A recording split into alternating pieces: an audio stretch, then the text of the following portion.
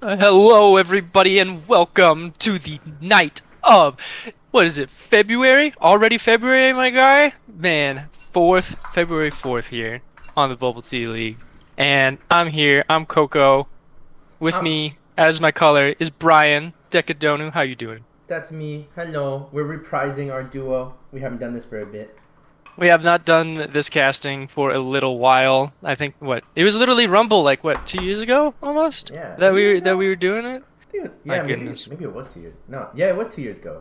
Yeah, Dang, isn't what that the heck? insane? Dude, time Oh, time flies, 0%. But something that's just getting started as well is the draft with Executive Order or XO on the blue side and True Heart Destiny THD on the red. We do see that vibe band out, but what are we really looking here at, Brian? Because there's a lot of one tricks in both of these teams' rosters. yeah. These teams both like to ban out a bunch of comfort picks. Going through their bans, they've gone against like let's say EXO last week went against RB and they banned Corky Bard.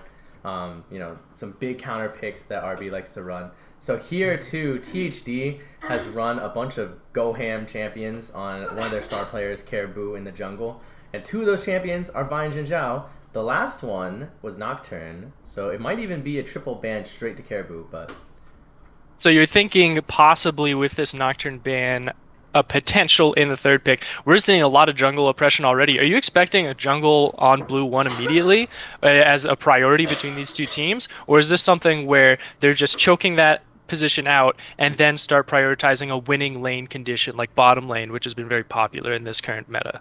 I kind of expect a B1 jungle pick from EXO, um, in large part because there's so many picks banned out by EXO. We saw the Nocturne ban like we projected here, but also because Mhm. THD banned Trundle away from Man Puppet. I mean, we're talking about one tricks. He's won seasons based off the back of his Trundle pick. But other than Trundle, he's picked Wukong in both games where Trundle was banned out in the first rotation. So I wouldn't be Okay. super surprised to see a Wukong B1 here. It's a strong pick. But it's Maokai instead, Okay. which has been Heirs of Doom every time. It looks like a flex, but I don't expect it'll go to Man Puppet. Yeah, now you'd usually think with nameplates off, it would be a Maokai jungle just based off of the success rate that it has had in solo queue and in competitive. But like you mentioned, Ares of Doom here, Chris, is more of that favored player, and Juan Man Puppet on the in the jungle rather likes to play more carry-oriented junglers to sort of help ramp up the early game a little bit more. So we will have to consider where that potential flex tree is going. But this leaves Wukong open for THD. And I'm curious if Caribou will decide to pick it up here in the first immediate rotation. I think it's not something that's terrible going up against Maokai, as it's more focused around your composition. Yeah, I don't know if I've seen Caribou play it too many times, but I wouldn't be surprised if he's picked it up. That said, something pretty interesting has been thrown into the mix. Teachy loves picking their bot lane. It's an Ashe, and I don't know if that's an Ashe support or not because we have seen that in BTL.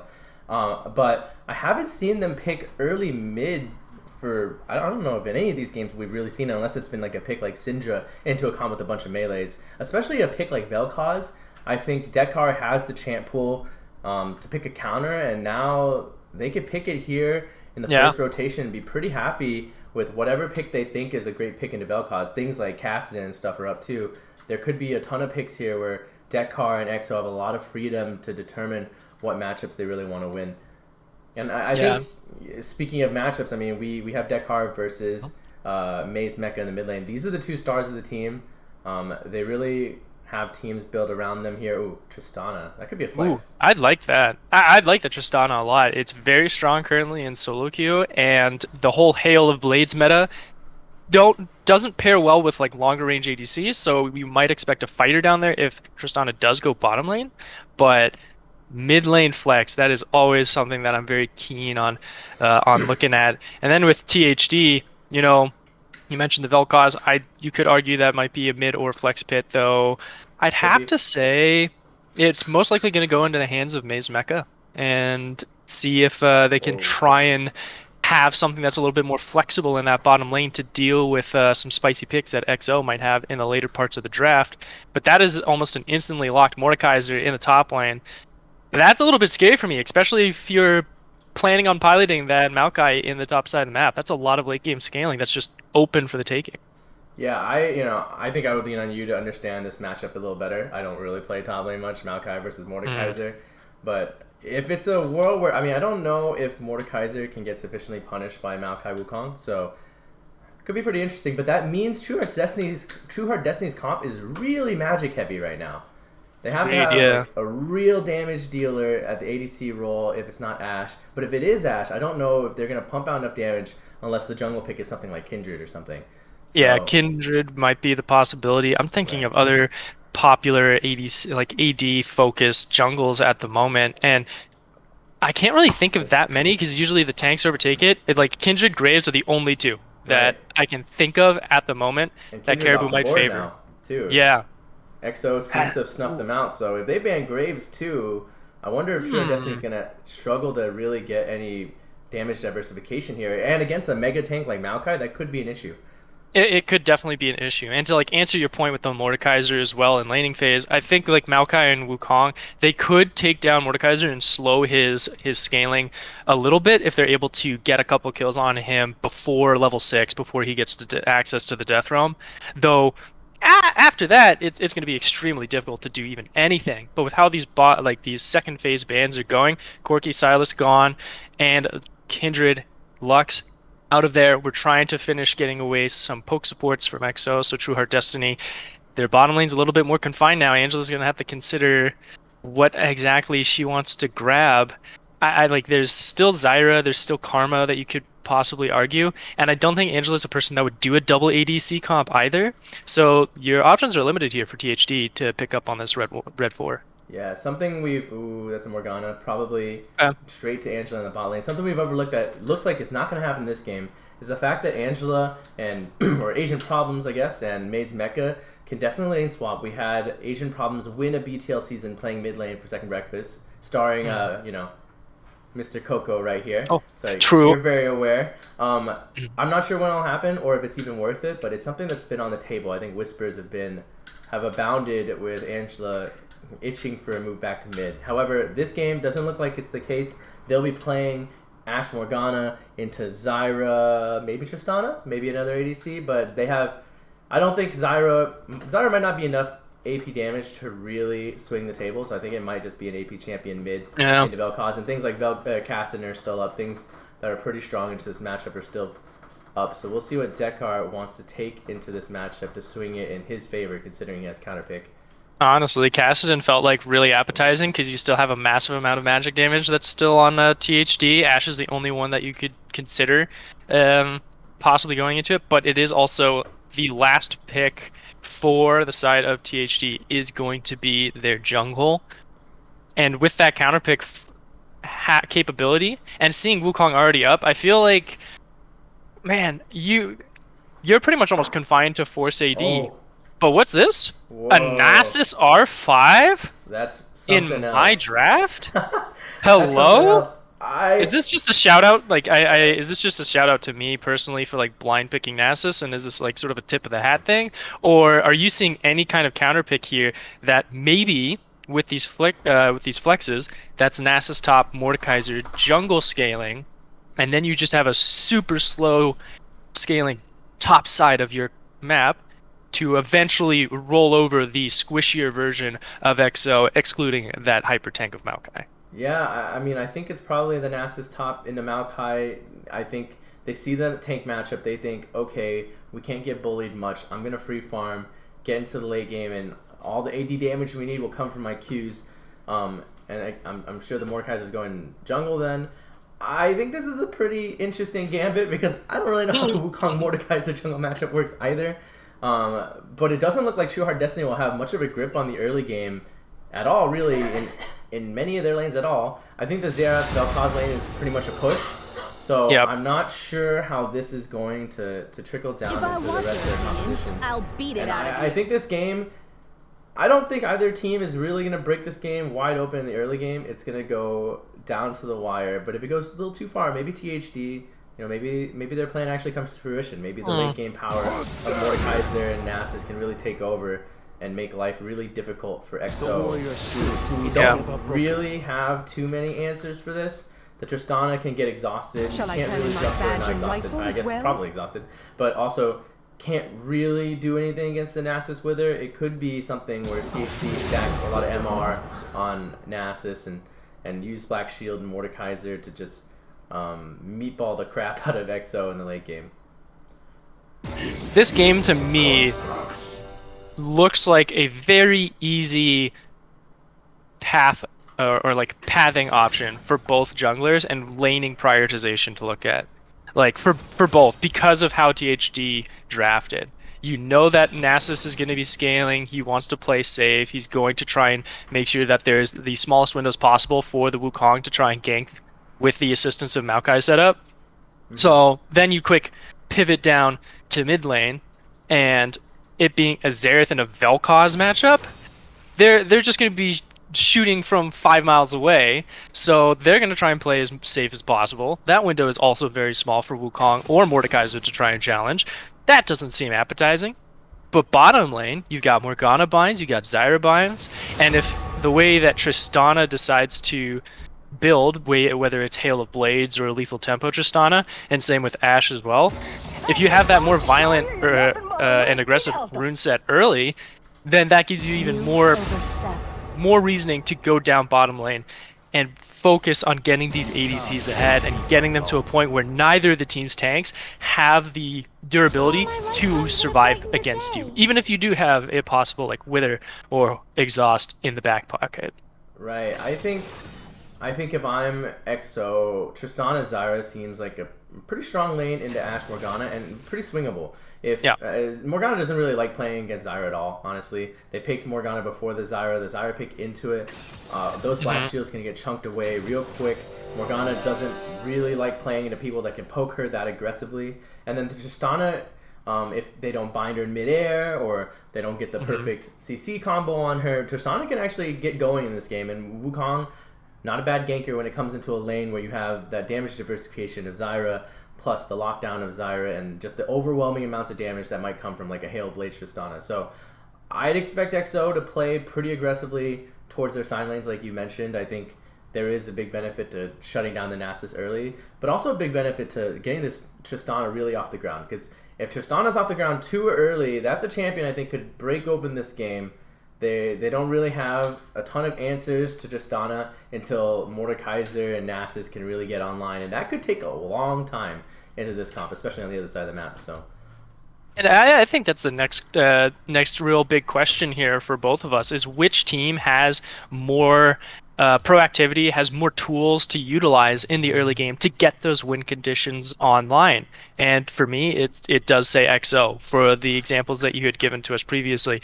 And this also sort of tells this very interesting story that almost pivots exactly to how these two teams are almost like looking to perform later down the line in the regular season. You're looking for THD, who wants to start to scale up and start taking wins later on into the season, and EXO, who wants to keep the ball rolling and wants to keep having these early games and grabbing those early wins. But that isn't used to be how it was in the history of things, right? Because even though EXO is 2-1 now and THD is 0-3 in their records, it was almost the complete opposite in past seasons, wasn't it, Brian? Right. Yeah. This is the perfect way to burn away 2 more minutes of spectator delay, because exactly this matchup isn't really a storied one. We've never seen EXO THD play each other in the playoffs, so really it's just been regular season matchups against these two teams who have generally ended up in the upper bracket and the lower bracket, with EXO lounging away down bottom and THD rushing their way through the top side of the bracket.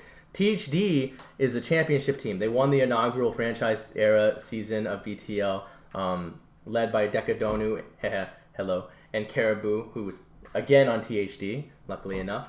And since then, they've gone first, they've gone second, they've gone fourth. They've just had pretty strong finishes in playoffs. However, EXO, they've never won a playoff game. They're 0-6 in playoffs. They've gone eliminated and bounced in the first round of every BTL playoffs in the franchise era. They've been a bottom feeder team, to be totally honest with you, but no longer. They're 2-1. I think they're angling for a pretty strong season. A lot of interviewees, when we've talked to interviewees about, hey, who are you scared of facing? I think Nikolai said, yeah, we don't like seeing EXO. So they've really turned over a new leaf, and I think THD, on the other hand, at 0-3, they're really trying to find their stride. They don't really Yeah. know what they should play for yet. And this comp looks very different from the comps they played in the past. They drafted Vel'Koz really early. They don't really have an all-in button on this team for Caribou because all of them Yep. got banned. So I'm really curious to see how they play this comp, but how, like you said, how they evolve over the season, because this draft looks to me like a team that's kind of thrown up their hands and said, okay, whatever we did to get to this point where we're 0-3 didn't work. So we Yeah. got to change something, and that something might be everything, because this comp is nothing like we've seen before from them. Yeah, this is almost 100% a pick comp. The engagement that they have is hoping that Ash and Morgana can get leads early and that they can start scouting out for picks and scouting for engagement and forcing fights before XO has the time to set up with their more front to back styled composition. Because once you get into the fight, once you get into the thick of the chaos, I feel like THD might actually thrive a little bit more there, because it's like, all right, Mordekaiser, boom, death realm someone. Nasus, boom, ultimate, wither onto that ADC, starts trying to rip apart the team from the inside out almost. And if they're on that even footing with economy and with itemization, that might actually be enough to where if XO is not in together, where everyone is not connected and focused on the right targets, that might just rip apart XO, and that might be the turning point that THD will be looking for. But that will be almost 20 minutes into the game where they have to throw their hands up in the air and say, all right, XO, how are you going to try and play this early game? Because we'll wait you out. We'll play the waiting game. We're going to throw all the tools on your side of the court. All of the dodgeballs are on your side of the court. Come and hit us. We think we have the ways to evade around you so we can hyperscale later on. But we are into the game here. I'm expecting just a standard 5-point layout. Though, where are we looking to see action start, Brian?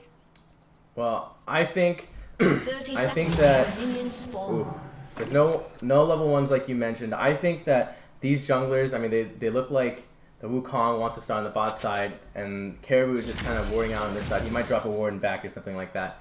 But I think they're probably just both going to start bot and cycle. I don't know if Caribou really wants to go for any early ganks or anything like that. Mordekaiser's not the strongest early ganker.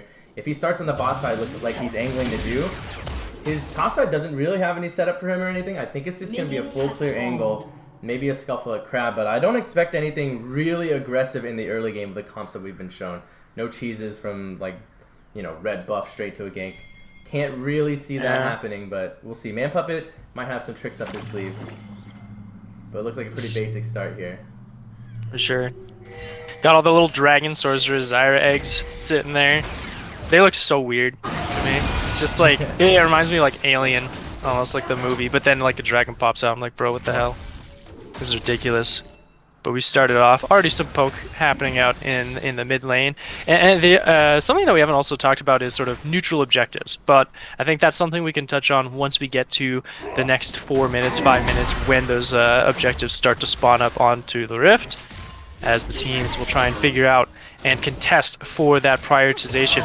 Another thing to consider in this bottom lane, Ash and Morgana, they sort of naturally push the lane in, don't they?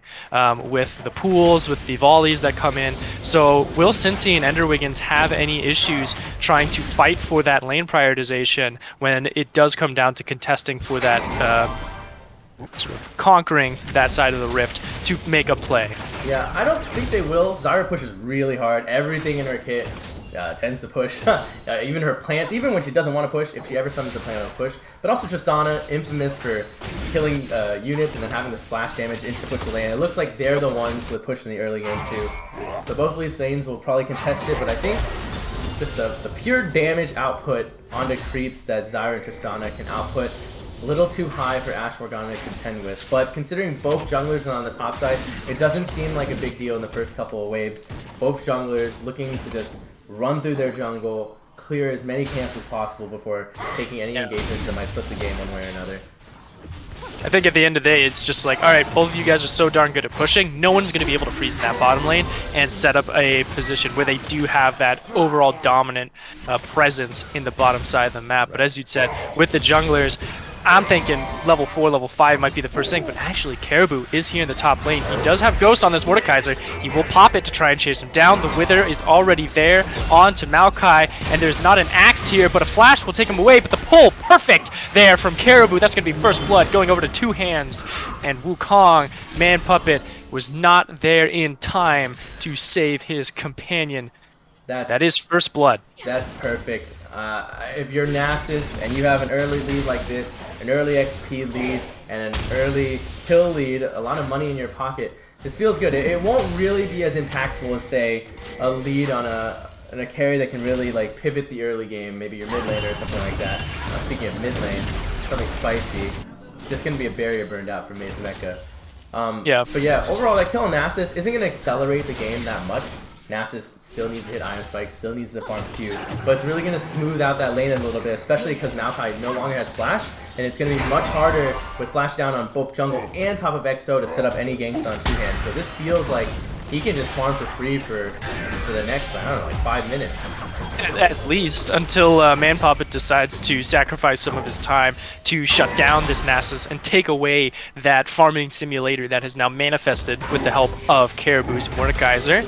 Though, with us snapping down to the bottom lane, I'm seeing dragon spawning in 20 seconds. I'm thinking it actually might be something that could possibly be done by Caribou solo. I think Mordekaiser actually has great solo objective capability in his kit, as long as you have the presence and the vision control to moderate around it. And I think with Maze Mecha and Tactical Gazelle and Angela in the bottom lane, that might just be a possibility. All you got to do, make sure that you are communicating when is a good time to do it. Right, that kill on the top side by Caribou, however, let Man Puppet grab both crabs, so it looks like that crab right outside Dragon is kind of preventing Caribou from walking up and just doing it. So he's just going to keep cycling, getting to that level 6 where he feels so comfortable playing. Speaking of Man Puppet, I did notice a pretty interesting rune choice. He went Electrocute, which is something I don't think I see very often on Wukong. I mean, Conqueror seems like generally the play. But I mean, the Electrocute might signal like some early game prowess that he wants to output, because I mean, ganking like Heirs of Doom, it does offer a little bit extra burst damage in your ganks. I can't really see other reasons why you take it, honestly, over like something like Conqueror. But I think, you know, it didn't really pay off, at least on the top side. So I wonder if that'll actually damage them in the long run, because they'll need some sticking power to build space between the THD, I mean, Deathball squad, I guess, of Mordekaiser and Nasus, and then the really squishy XO backline. Yep, they're trying it again. They know he doesn't have a flash, so they'll rinse and repeat, try and chop down some more trees. But this time, Man Puppet is there to help Ares of Doom get out of that gank, especially with the safety of the turret. That'll help the most. Though I do think your point, and catching out that is an Electrocute Wukong. Oh, so we're going to have to hold on to that for a moment as Dekar finds his first kill of the game. Wonderful snipe there, and a perfect roam timing as well to get that initial kill for XO. And a great engagement as well. That is the threat of Tristana being able to hop onto you. Halo Blades provides a massive amount of burst. Does use the cleanse and the exhaust from both of the marksmen respectively. But at the moment, that's some turret plates too for them, Brian. This is great. Cincy on Tristana really wants to be broken out of this lane, just so he can run around the map, mid tower, top tower, and take as many plates as possible. You know, one plate, it's not the end of the world, but it's definitely a step. The faster they can get this Tristana unlocked out of lane, the less there is of a threat of, say, like an Ash hero hitting you and you dying. That's one. But also, you can accelerate the game pace and make this game, you know, go to dragons, go to neutrals faster, so Nasus and Mordekaiser have less time to get to their god mode status. Very true, and I'd have to tip my hat over to the side of THD as well, because we sort of expected them to sort of whimper into the late game or whimper into the mid game as it is, with a very inactive kind of early game. But with how Caribou has been playing, already ganking twice within the first 8 minutes of the game, and then already trying to assert onto this dragon and always trying to push the boundaries, it's a phenomenal job for something that you don't expect to have as much presence early on. At least for us, we're both not jungle mains, so this is always a surprise, as we will be looking to see if Man Puppet can start to up the ante as well. But it's going to be difficult when there's so many wards hidden in his top side of the jungle to let them know where he's at. Right. before this game, we were going to talk about Dekar and Maze Mecha as a highlight matchup. Both of them are the stars of their team. Their statistics are insane. Oh, wait. But they're going to have to hold on for now, as it is going to be Man Puppet that might just fall here. Tactical Gazelle will be able to pick that one up for himself, as Maze Mecha did use his ultimate. But that's a jungler down, and that means this dragon might just go over to the side of THD. Though they're trying to fight tooth and nail for this, EXO is. They're coming into the bottom lane. Better watch out. There's the ultimate coming in from Dakar Zerth to try and get some damage peppered in, but they will not be able to find it. And without any ultimate on Ender Wiggins Zyra, that means that you don't have a place to create that chaos in the team fight skirmish. So they'll call that one off, try and cut their losses there, get back into the lanes, find a couple plates if they can, but I think that with their time being wasted, it will be all for naught. Right, no jungler makes it pretty difficult. I do think that that fight was pretty nice from the THD side. They caught out the jungler, and all these backline threats just weren't there. And really, if they do catch out Man Puppet and the backline threats aren't able to burst down, like the Ashe and the Vel'Koz and the Mordekaiser, and they're just too far away, it's a poke game for them. I mean, they have Xerath and Zyra to really set things up from distance, but if you can't do that, you can't set up, and somebody does get picked out, especially without the Maokai really unlocked yet, that electrocute Wukong is just gonna die. He opened Tiamat even, so it's a Tiamat electrocute Wukong, which is, I mean, not the most meta thing in the world, but that is going to output a lot of damage, but it also means you die really, really quickly, like we saw there, losing the dragon. And remember, this is a patch 13.1b, which means a lot of the Omnivamp and a lot of the items in the store have been taken off. One of them is that Ravenous Hydra. It is lifesteal, it is not Omnivamp, so you have to auto attack this time to start getting some of that healing back. So for me, you know, I just gotta have to notch this down. If EXO win this one out, I will have to ask about Man Puppet's build for sure, because this is definitely an anomaly we'll have to figure out, as a smite is forced for Man Puppet to secure that scuttle. But we also have 4 members collapsing down here onto the bottom side for EXO. They're looking for some kills. Ash Arrow flies out, does miss both Man Puppet and Dakar, but they jump in with the Cyclone. They will be able to find some flashes, but they will force only 2 and grab 1 kill, make that 2. Double kill for Man Puppet, as now it is time for a retreat with Maze Mecha coming in to try and close off any more advancement. But they have that entire bottom lane turret for themselves. They don't have the Herald because of Caribou securing that just moments ago for THD, but that has 2 more plates for the side of EXO's bottom lane, and that is a massive spike of gold for Man Puppet to get him back into this game. Right, I mean, if you're gonna go Electrocute Wukong, it better be Electrocute Wukong with a couple kills under your belt. That's gonna accelerate that Iron Spike, and there is a world where he just stat sticks people, and it's so big with the Electrocute and the damage items that he just one-shots anybody he touches. And this backline, I mean, that could be the real reasoning, because before the Mordekaiser yanks him out of fights, if he can touch Vel'Koz, Ashe, Morgana in the backside, he might be able to just delete them if he has enough strength. We did see that rocket jump, Cincy. Don't think we didn't. As with both neutral objectives on the sides of the rift down for the next 2 minutes, I would like to see the side of EXO here push their lead a little bit further and try and break open this mid lane. Like you mentioned earlier, the mid-v-mid matchup was something that we were going to try and hype up between these 2 players, and at the moment that is going to be where we're going to try and break it open, get these mid laners online so they can continue to roam around the map and help activate their junglers of Caribou and Man Puppet respectively. Not to mention get some gold as well, as the turret plates are still up for the next 2 minutes. Get some extra monies to cash in on those mythic items, which only 1 is on the board at the moment with Cincy's Kraken Slayer.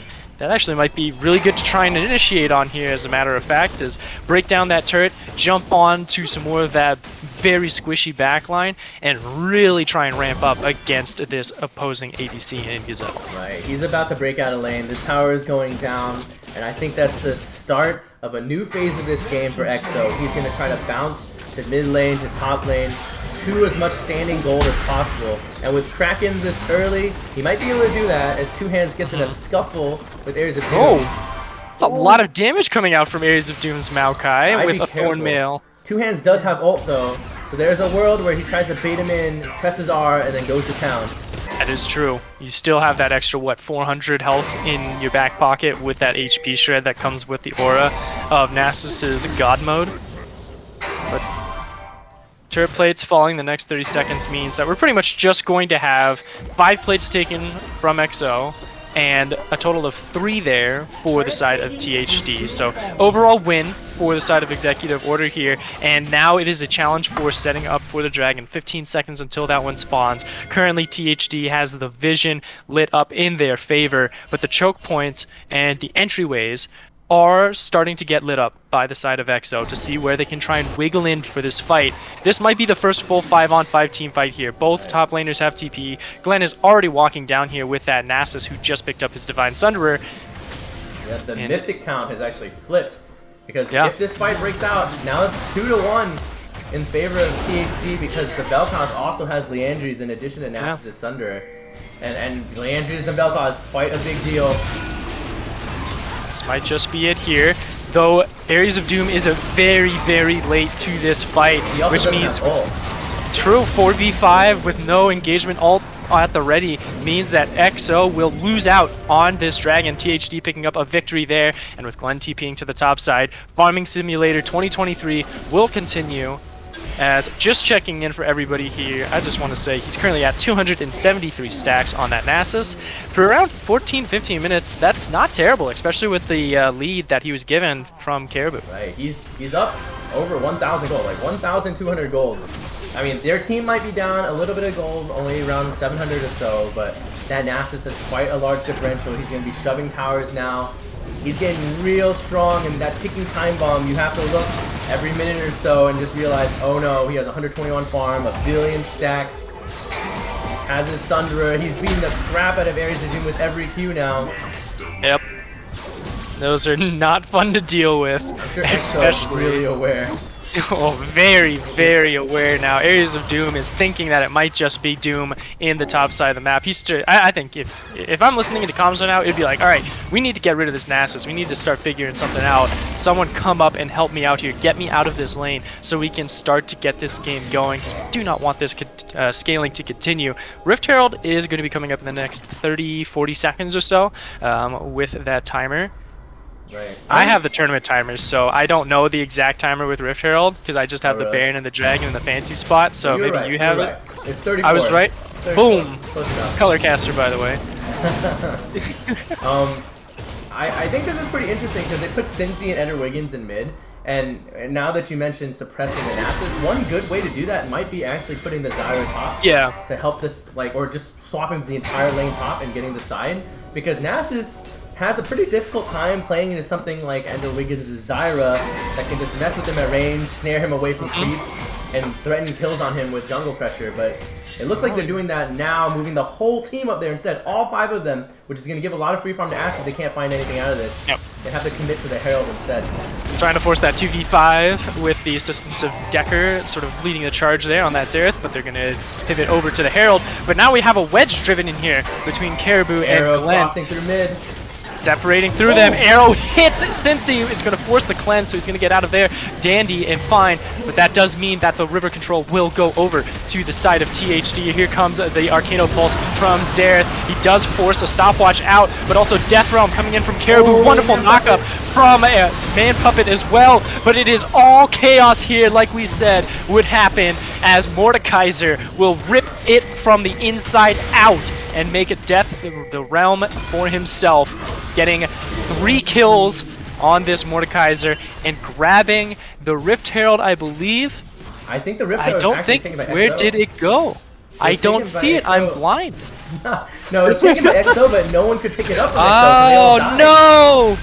It was gone. I could not see it. Thank you for grabbing that for me. But that also means with the Herald being gone and with the 3 kills over to this Mordekaiser, he is now accelerated vastly far ahead. Right. That's terrifying for XO, not just because he's strong, but because he's strong and almost certainly will be whipping Wukong out of fights. If he whips Wukong out, he will beat the crap out of him, but that also means that without Wukong here to threaten his backline, which is also getting bigger and bigger with Vel'Koz on Liandry's and potentially just Nasus running down the backside of XO, that could be a pretty big issue for them. The electrocute Wukong, if he can't actually combo onto the backline, is Yep. pretty useless as a champion, to be totally honest.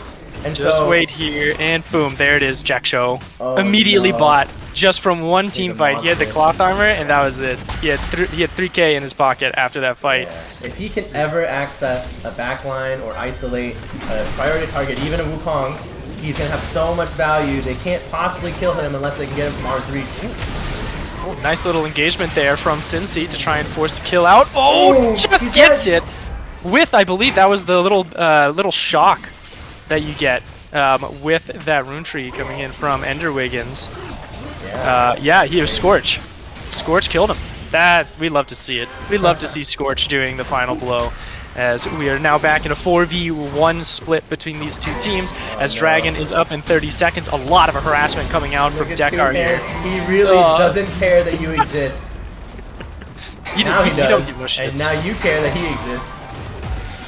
Oh, I don't know if no. he gets... Yeah, I don't think he gets him here with the bush play that'll come out from Areas of Doom to help slow the roll a little bit. But that is ultimate gone. That is Radiant Virtue activated. So that's a lot missing from the side of EXO once again before this fight. But they have all of the control here in the bottom lane. It's not a worry. It looks like THD had already sort of shook hands with this objective and said, this is fine. You can go ahead and take this first objective for yourselves while we go ahead and sort of get the map overall under our control and sort of reset ourselves. A little bit of poor timing, I would say, from THD as well. But at this moment, this is something that I think a lot of teams do need to figure out in this mid-game performance is lane allocation for players and how to maximize farming and XP gain for your specific carries. And how do you think these two teams are doing so far with 20 minutes in as Ash Arrow will knock onto Cincy? Nice buffer from Cincy. Still gonna take a Oh, I think he dies. He might die. Yeah, he's dead. Oh, Oh boom! no. Oh, unfortunate. Well, that's one thing. Lane allocation means you should be living when you are trying to gain XP and farm. So I think that's lesson number one. Do not gray screen. Unfortunate for Cincy there because he was like, I think, yeah, they were like 2 seconds off. Yeah, he 2 was seconds so off. close to having cleanse. Unfortunate. Tragedy. This game, if you're THD, you're looking for your first win of the season. This isn't how they wanted their season to start, I'm sure. 0-3, losing some really winnable games like the one against SB. But right now, when you have Nasus and Mordekaiser, and both of them are up a tremendous amount of gold, more than 1,000, almost 2,000 for Nasus over Mordekaiser over their counterparts, you're feeling real good. This could be the time where you save your season. We saw that earlier this week too, when Pio had an upset win over TSC, pushing TSC to 2-2 and Pio up to 1-3. I think we might see something similar here if EXO doesn't find some magic and get some really good engages, some really good poke down, because this could be a THD win to give them their first of the season, and it could push EXO to the 2-2 clump in the middle of the standings, next to RB, next to TSC, next to GB. It's a lot of teams. A lot of teams, especially halfway through the regular season as well. There's going to be a couple of tiebreakers that might occur if that kind of behavior of win and loss continues. It could be. I mean, another team surely joins them tomorrow too. AR, SB play against each other. Both of them are 2-1. We don't talk about that. No. Get off of that topic. We'll get there. We'll get there. Drew and Tate will take over and cast that game. They'll talk all about it. So. Oh yeah, be hyped for them. Let's go Drew and Tate. That'll be a fun We'll watch cast. the NASA simulator this game first, and maybe next game. You know, Coco. Yeah. You never know. Yeah, you never know how it is. But something that we do need to mention too is it is a chem Drake map. So enhanced everything with the plants, better explosives, better scrying orbs, better honey fruits. I want some cheeky plays here too. Like, you know, you don't have that many tools in your side of the court if you're THD, right? Like we talked about, the Ashe and the Morgana is really the best you can do when it comes to trying to force something. Maybe you could argue the Wither because it's been very successful, but I want to see some like massive blast cones in and try and get massive ganks, but that's one of them to try and get out of dodge. As Caribou did force the flash of Enderwiggins. They were frightened, I think would be the word. Yeah, he was just standing there menacingly. As with the Baron being the objective, I think a lot of these teams are trying to focus on right now. Who's going to go bottom lane? I see that ping. I see Caribou in the bottom side of the map, but I feel like this is perfect for Glenn to meander on down and continue that farming, as he is at 500 stacks now, just over that 500, 504 to be exact, as he will continue his rampage to the bottom end of the rift. It's not like anybody really can build much armor or anything to resist this Nasus on the team except for the Maokai, who's quite far behind. So if he ever actually does reach this really long-range backside of EXO, he probably just tears him in half. Like 1-2 Qs, they're really going to be reeling. So we'll see if they can get that set up though, because I think that's the answer they have to really find in the late game here, is how can they make sure that this gigantic Mordekaiser, this gigantic Nasus, actually has target access, because there is so much range between a Seraph, a Zyra, and a Tristana, and then the two juggernauts that are Nasus and Mordekaiser. And I mean, Ashe Arrow, Morgana Binds might set some of that up, so it is a pick comp like you mentioned, but hopefully they make sure that they can be consistent with that in the late game, because if they don't get a good flank, it might be hard to just walk through all the plants, all the Zeraths, and like stuns and slows and everything. It's going to be a concerted team effort to make sure that their two ridiculously strong carries can get there, but they're here right now.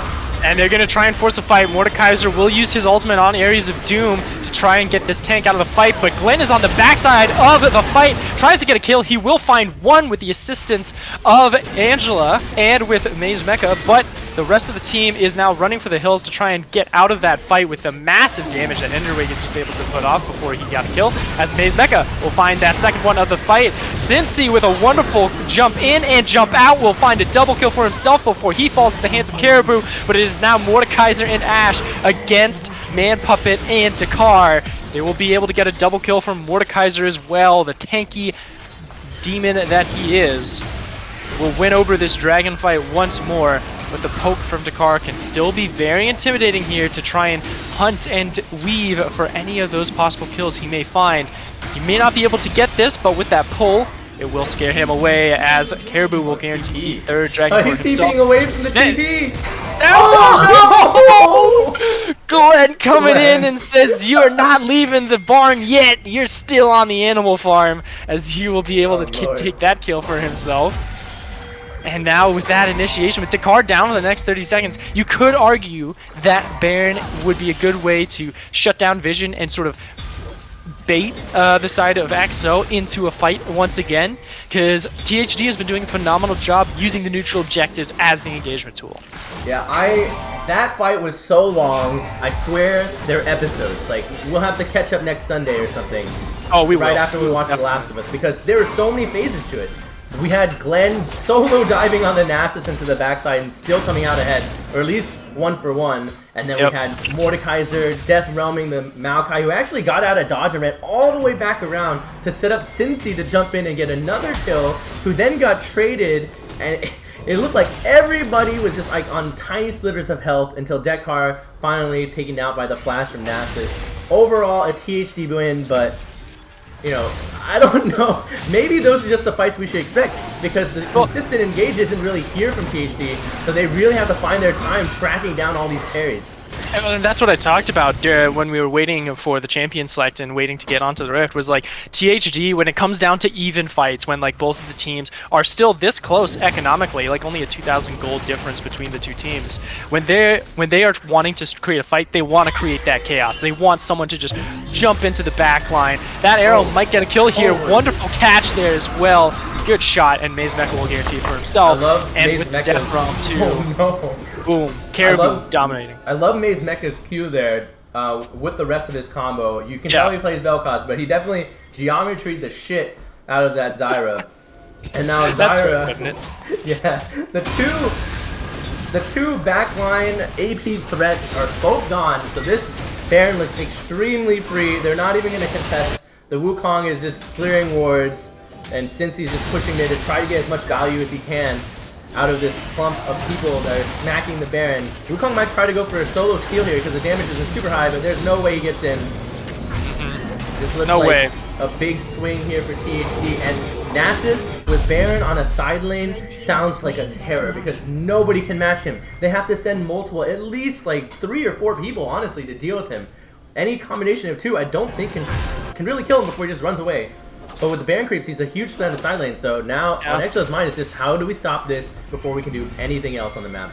Yeah, and you don't have a lot of tank shredding outside of, I'd say, Cincy's Tristana, which has the Kraken Slayer, has not finished the final item with Last Whisper, but does have that armor pen in their pocket, at least. But for me, yeah, it's like, you gotta treat this 2-2 Nasus like it's the 6-0 Mordekaiser because of how difficult it is going to be to try and take him down when he does pop that ultimate and go God mode.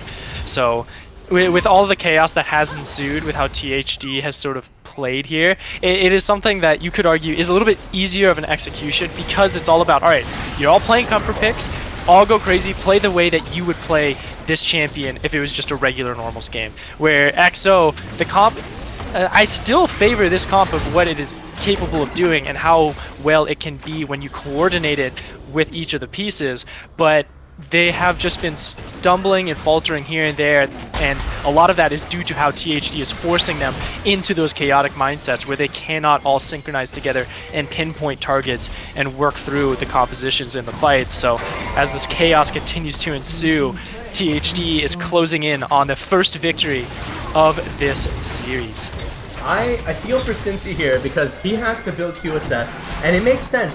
There is a ton of CC. He has Cleanse, but even between QSS and Cleanse, you've got two ways to get out of CC, but you have a lot of things to get out of. You have Morgana Snare and Stun, you have the Ashe Arrow, you have Exhaust from Ashe, you have Wither from Nasus, and I'm sure one of those is definitely going to be used on that Wither, because Nasus is staring straight at the eyes of Tristana, the only attack speed oriented threat on the team, and he's going to Wither him every time. So Cincy is going to struggle through so much CC, so much focus down, that unless he really finds a perfect angle after Nasus is dead on the backside fights where they don't expect him, I think it's going to be really hard for this Tristana to find good value this game.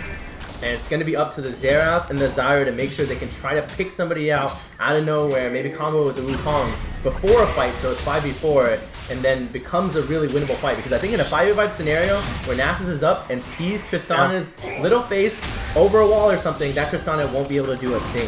Oh, we'll have to see if they're going to be able to continue this fight further, because this is sole point for the side of THD. Wonderful snare, as you mentioned, but we're also looking at how Glenn is just split pushing in the top side of the map. It is going to be stolen, the objective, by Dakar, so that will be one thing gone, as Death Realm was used by Caribou to isolate both of the junglers. They will be able to get one kill, make that two now, with now Ares of Doom falling to Glenn way out in his own base, as the rest of THD is going to chase them down. Because Two Hand has the whole base, the inhibitor's down, and he gets a kill off of it too.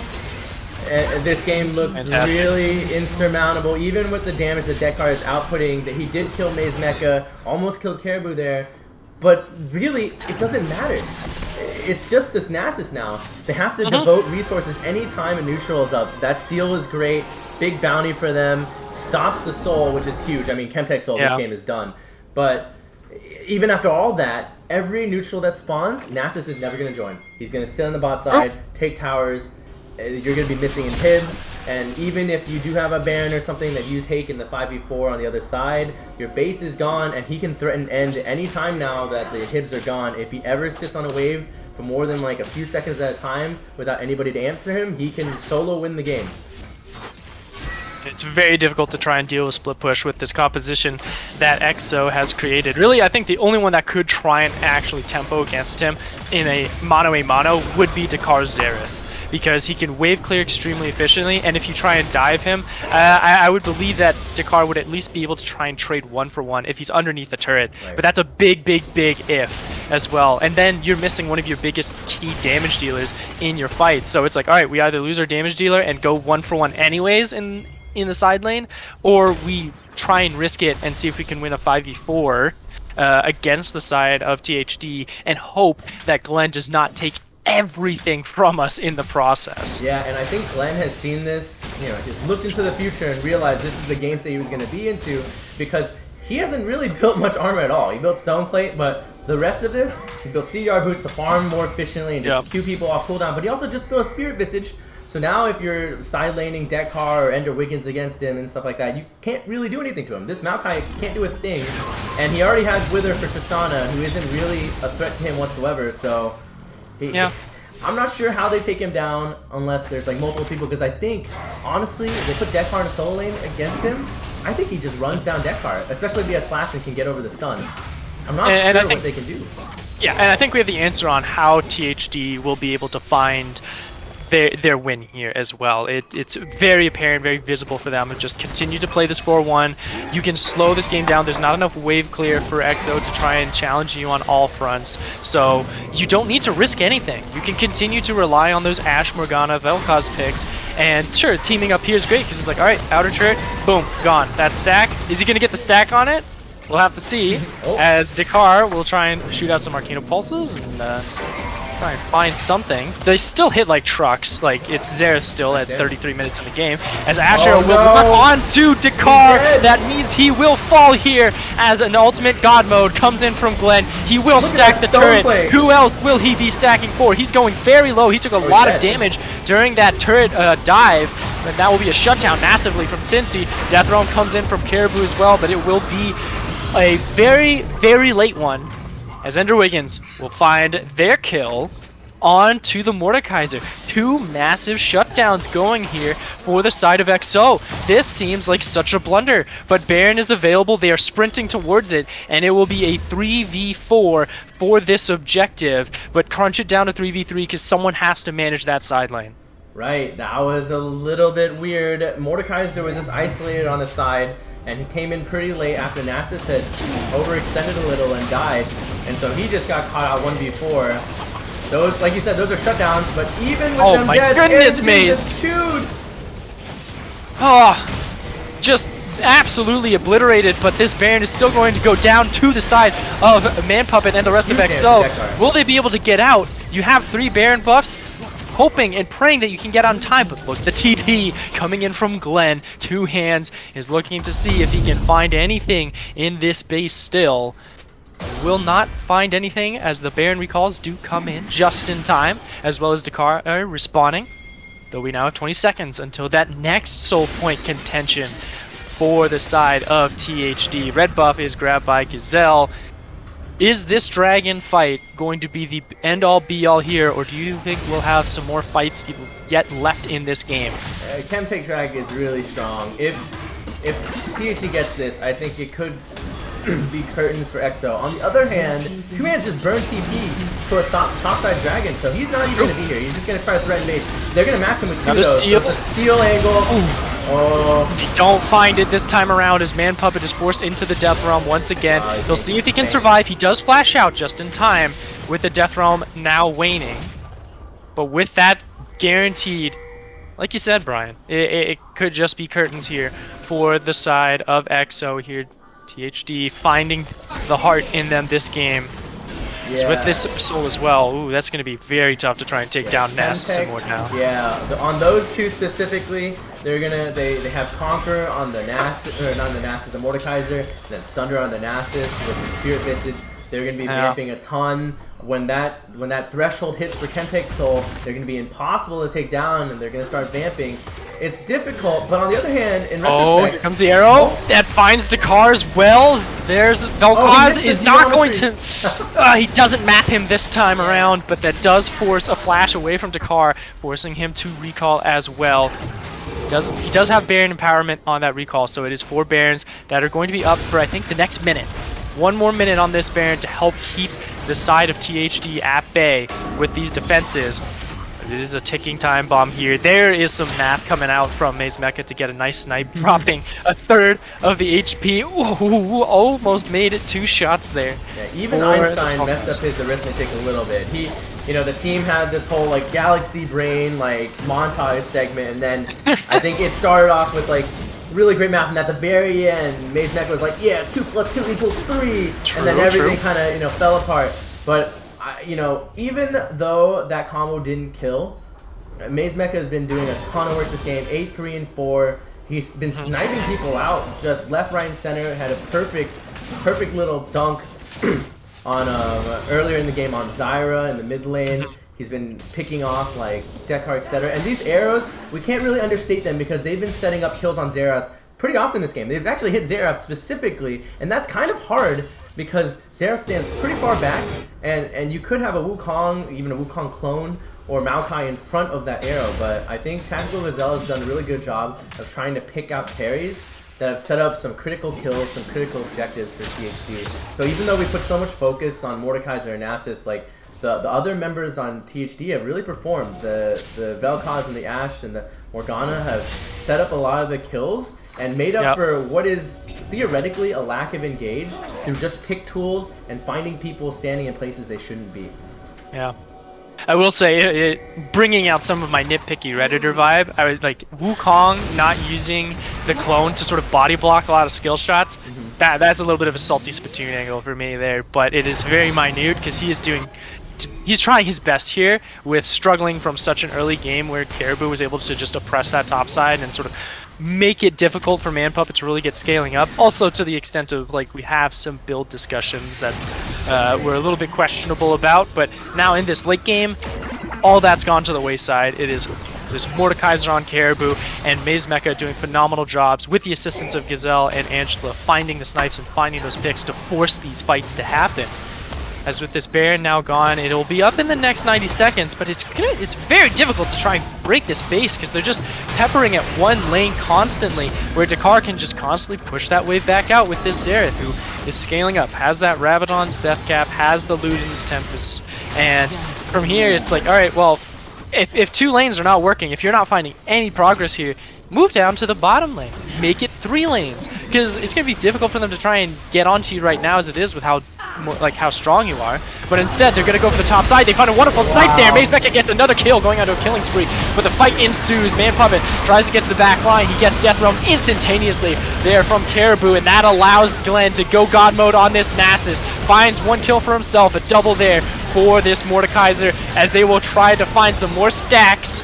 They will find none, but they find a lot of tombstones in the base of EXO, and that will also be one massive nexus and the first victory in the season of 2023 of the Bubble Tea League that THD will find their W.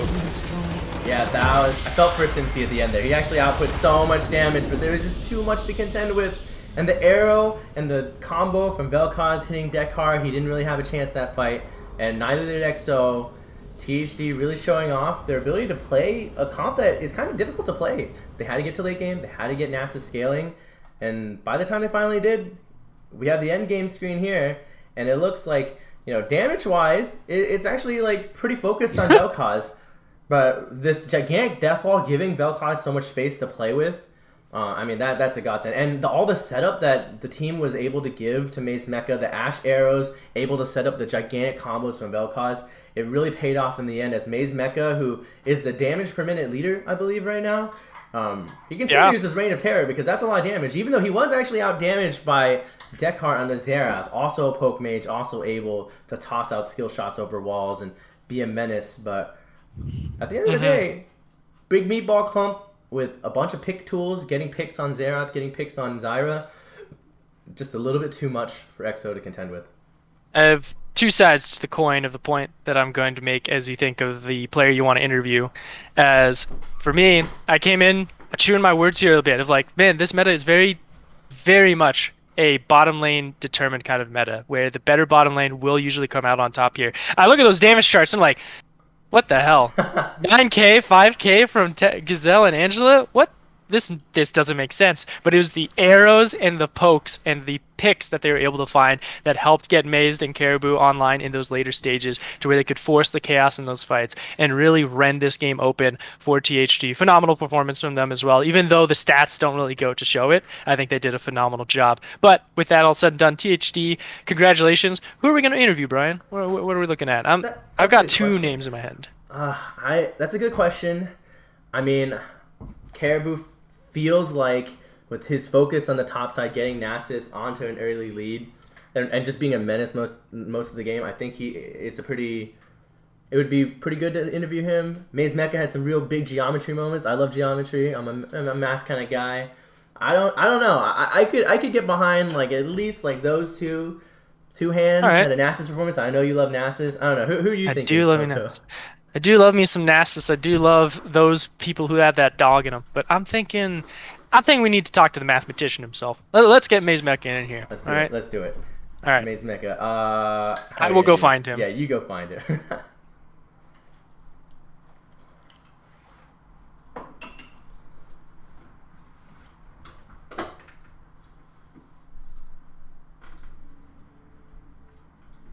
Alright, there's 43 people watching. Dang. What the heck? We're interviewing Maze Mecha, Dana. Maybe not gonna. You should have the Oh, no, overlay you can on. just hop in. Wonderful, Oh, wonderful. hello, Maze Mecha. How you doing? I'm doing well. I'm doing well, Are thanks. you doing a lot better after your first W of the season, huh? Oh, of course. Long awaited. Long Yeah. awaited. I mean, Yeah. we mentioned this during the cast, but you're living up to the THD legacy now, which is I think THD might be the most successful team in the franchise era, quote unquote, of BTL. They've had a first, second, fourth finish, and with your first win, I think you're on the road. I know Coco wanted to interview you because of geometry, and I am also a fan of math. So I know before this game you told us that you actually had 5 doctoral degrees in diff EQ, geometry, and calculus. How did they really factor into how well you played this game, how well your team played this game? Well, I always, before I play a Vel'Koz game, I look up at my doctorates on the wall and I consider which one of them is most relevant to the game situation. So I chose the middle one, of course, and, cranked some Qs, cranked some alts, and ended up working a few plays, so it's classic. What's the middle doctorate? I can't reveal that to you at this time. Oh, okay. It's an anonymous thing. But run me the numbers here though, because it was a Vel'Koz first pick. Confidence, I can see. You have played it recently as well. I do see some of it in your match history, and good success overall. But why this game? Why first pick Vel'Koz here, where jungle was a little bit more of an appetizing option possibly in the draft? Simply said, I wanted to show that I wasn't scared to pick it, and if it wasn't banned, it's getting picked. So it was a statement. Ah, very Well, nice. Appreciate it. well, now EXO is definitely listening to the statement as you got a bunch of kills off of it. What did you expect to be picked into it once you first picked? I mean, they waited really late in the draft, further than honestly I thought they would, because they picked Tristana like kind of early. We thought there might have been a Cassid in there in like our B3 or something, or they might have had like an answer like that, but they ended up answering with Xerath, another poke kind of burst mage. Did you expect that pick, or did you expect something else coming into it? I had it in the back of my mind. I would have been probably a bit more alarmed at the Kassadin pick, but I knew Xerath is like a good champion just to stalemate that lane. Like if you had picked Syndra for something, I would have abused the range advantage as best as I could. But if you pick Xerath, if both players are playing somewhat respectfully of each other and there's not a lot of outside intervention, it's a pretty do-nothing lane on both sides. So I kind of expected they'd do something to just completely nullify the laning phase, so I just played to farm and then look for big team fights where my damage could be seen. Yeah, I mean, that was really frustrating for us. We were going to highlight the mid lane matchup as you two have some of the best statistics in the BTL right now, and just some of the greatest carry performances. Honestly, before this game, we thought EXO THD were two of the most heliocentric teams in the league. Like, play around the mid laners, try to get them going, have them do a ton of damage, win the game through them. But this game, it didn't really look like that. I think the Vel'Koz was great, but we see a 7-1 Mordekaiser and this Nasus that had like a million stacks just running through the side lanes. How early, like this Nasus Mordekaiser combo on the top side, did you guys have that plan from the start, or is that something that just evolved because of the picks that you saw going up to that? That was definitely a feel as you go sort of draft commitment. Like we weren't entirely sure, but we saw Wukong, Maokai, and we're like, okay, Mordekaiser's good here to nullify the dive. And then as Tristana came out, we just knew it was, or Azira, it was going to be like a big kill the backline, let's get on them comp. So we just picked reactively, and after Glenn surveyed the 9 other picks, he's like, I'm going to pick Nasus, and we gave him the green light, and he popped off. So good to see. All right. Well, don't want to keep you around too long because it is the weekend, and we'd love to party, especially after a win. But this is just a beginning for your team. First win of the season, of the regular season. Your next opponent is PIO. What are your thoughts going into next week? What's a guttural reaction? They too are Vel'Koz enjoyers as well, taking home their first win on Vel'Koz as well. Coincidence? I think not. Mm-hmm. Yeah, you better check those IP addresses, make sure they don't match up.